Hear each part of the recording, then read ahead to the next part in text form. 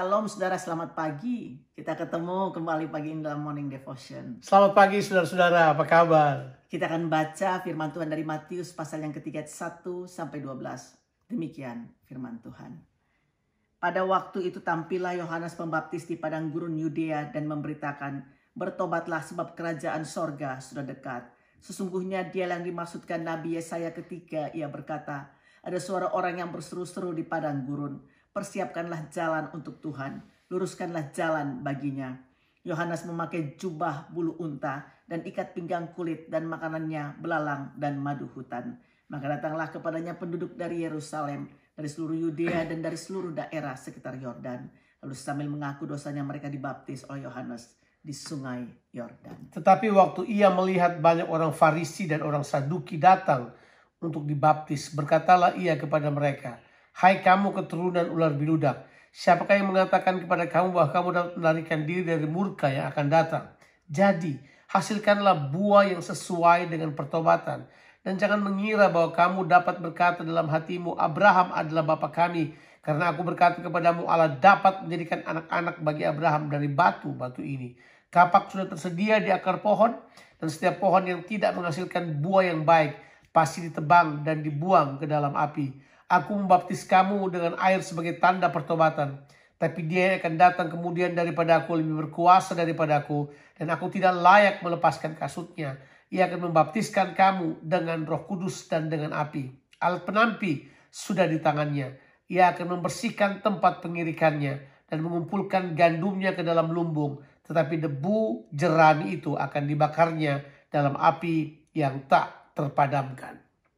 Ya, saudaraku, pembacaan kita pada pagi hari ini membahas bagaimana Matius menggambarkan Yohanes Pembaptis sebagai forerunner atau seorang utusan yang mendahului kedatangan seorang raja pada suatu daerah. Sehingga orang-orang yang di daerah itu yang akan dikunjungi oleh raja mempersiapkan diri mereka. Jadi istilah ini telah merupakan suatu kebijakan politik daripada suatu kerajaan di zaman kebudayaan Yunani. Saudaraku, narasi Matius di sini memperkenalkan Yohanes Pembaptis itu sebagai suara yang berseru-seru, persiapkanlah di padang gurun jalan untuk Tuhan. Dengan mengutip nubuatan mesianis tentang kedatangan Raja Pembebas Israel dalam Yesaya pasal yang ke-40, jelas sekali saudara bahwa Matius menyatakan bahwa Yohanes mendahului kedatangan Mesias yang adalah Tuhan Yesus Kristus. Nah, siapa Yohanes Pembaptis? Ini sebuah pertanyaan yang khusus sebenarnya. Dia siapa sih sebenarnya ini? Ya. Nah, kalau saudara pelajari di Injil yang lain, saudara menemukan bahwa Yohanes ini adalah anak dari salah seorang imam kepala yang bernama Zakaria, yang istrinya adalah Elizabeth. Keduanya ini disebut sebagai orang yang benar dan mereka adalah keturunan suku Lewi. Jadi jelas banget bahwa Yohanes ini sebenarnya lahir dari keluarga berpendidikan, keluarga teredukasi dengan baik. Kalau mungkin zaman sekarang ya seperti anak menteri agama lah atau religious affairs ministers ya. Dia mungkin harus tinggalnya di sebuah kota yang besar, di ibu kota. Mungkin dia harus tinggal di Yerusalem. Tapi Yohanes memilih jalan tinggal di padang gurun. Dia memilih jalan kenasiran. Dia ada di situ dengan penuh penyangkalan diri.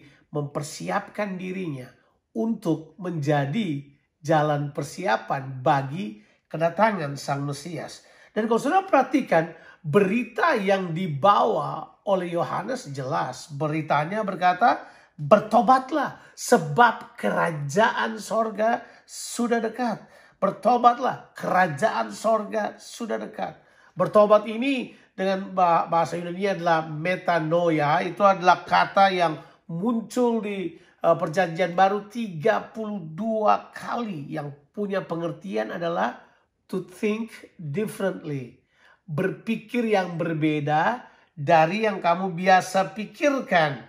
Ya, dan sudah perhatikan itu adalah arti pertobatan sebenarnya. Nah, di sini dibilang bahwa Yohanes tampil dengan penampilan yang unik. Dia memakai jubah bulu unta, ikat pinggang bulu unta dan ikat pinggang terbuat dari bulu unta, dan kemudian ini yang dibilang bahwa makanannya pun adalah belalang dan madu hutan.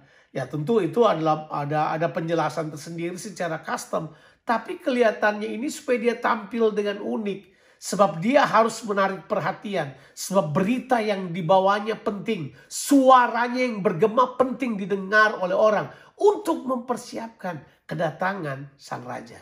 Saudara, Matius juga menyodorkan dengan jelas berita yang dibawa oleh Yohanes ini. Tentang kedatangan raja dan juga kerajaan yang dibawanya. Maka kita manusia harus bertobat. Saudara, kata bertobat ini sangat penting sekali. Seperti yang tadi suami saya katakan, bertobat itu artinya perubahan pemikiran, perubahan mentalitas untuk menyesuaikan kehidupan kita dengan kehendak daripada Sang Raja, daripada Tuhan kita.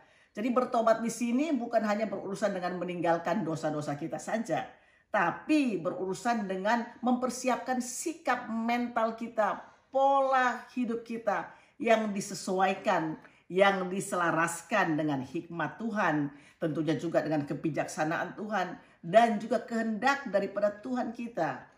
Jadi dalam Alkitab, saudaraku, kata bertobat telah menjadi kata yang sangat penting sekali.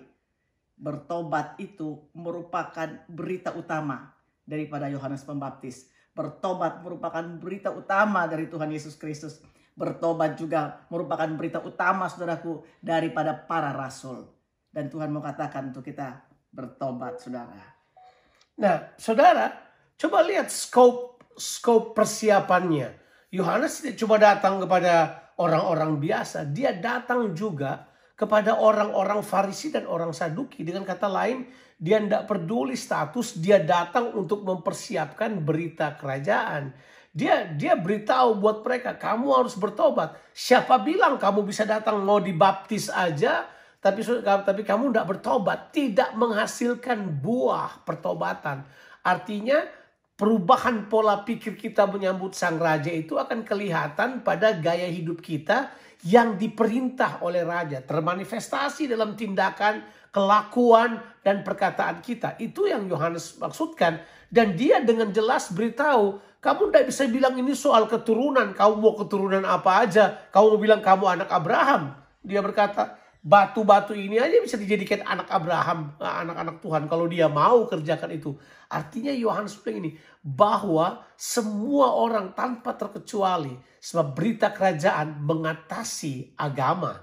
Ini adalah berita dari sang raja di atas segala raja, penguasa dunia ini. Dan beritanya sangat fundamental. Dia berkata, kapak tersedia di akar pohon. Kamu tidak menghasilkan buah, ditebang akar. Coba, kapak di akar itu nggak biasa. Orang menebang pohon kan harusnya di batangnya. Ini di akarnya. Jadi dia akan cabut sampai ke akar-akarnya kalau orang memang tidak mempersiapkan dirinya. Kemudian dia berkata ini, alat penampi udah tersedia. Ya, dia akan tampi. Ya, yang gandumnya ada dia, yang sekamnya itu akan dibakar. Kalau kita perhatikan, berita ini dari Yohanes sedang menunjukkan kepada kita bahwa Tuhan mau kita betul-betul mempersiapkan diri kita terhadap apa yang akan dibawa oleh kerajaan Allah ini. Saudaraku, mempersiapkan jalan bagi Tuhan adalah suatu persiapan dalam hati kita tentunya. Karena kita membangun jalan supaya Tuhan dapat masuk dan memerintah Amin. di dalam seluruh eksistensi kehidupan kita. Tuhan Yesus Kristus adalah Mesias, Tuhan Yesus Kristus adalah Raja.